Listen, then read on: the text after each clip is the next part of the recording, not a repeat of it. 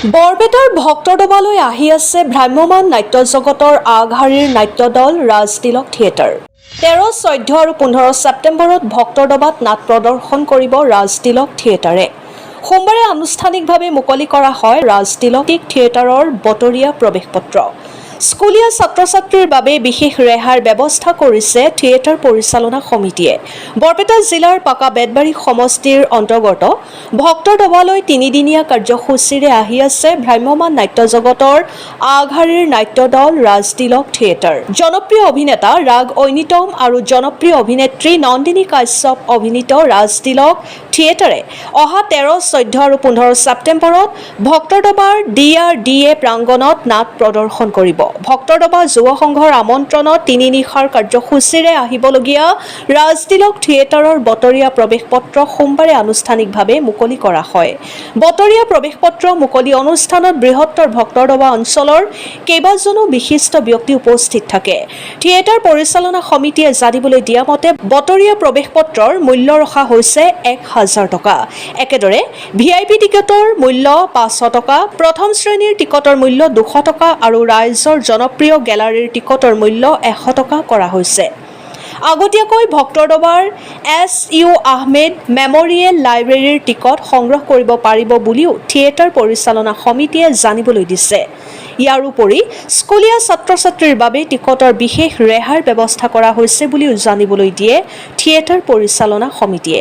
আমি ভক্তৰদবা যুৱ সংঘৰ পৰা ৰাজ তিলক থিয়েটাৰ আনিছোঁ 13, 14 আৰু 15 ছেপ্টেম্বৰ 2026 চন ভক্তৰদবা বজাৰ ভেনু হ'ল আমাৰ DRD প্লেচ। আৰু আমি বতৰীয়া টিকেটৰ আজি শুভ উদ্বোধনী কৰিলোঁ।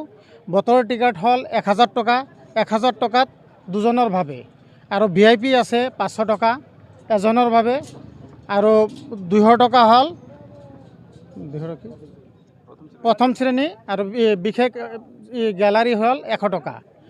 গতিকে আমি সকলো ৰাইজক আহ্বান জনাইছোঁ, আপোনালোকে আগতীয়াকৈ আমাৰ SU আহমেদ মেম'ৰিয়েল লাইব্ৰেৰীৰ তৰফৰ পৰা টিকেট আগতীয়াকৈ দিয়া হ'ব, আৰু অনলাইন যোগেও আমি ব্যৱস্থা কৰি আছোঁ, অনলাইন যোগেও আমি টিকেট দিব পাৰিম।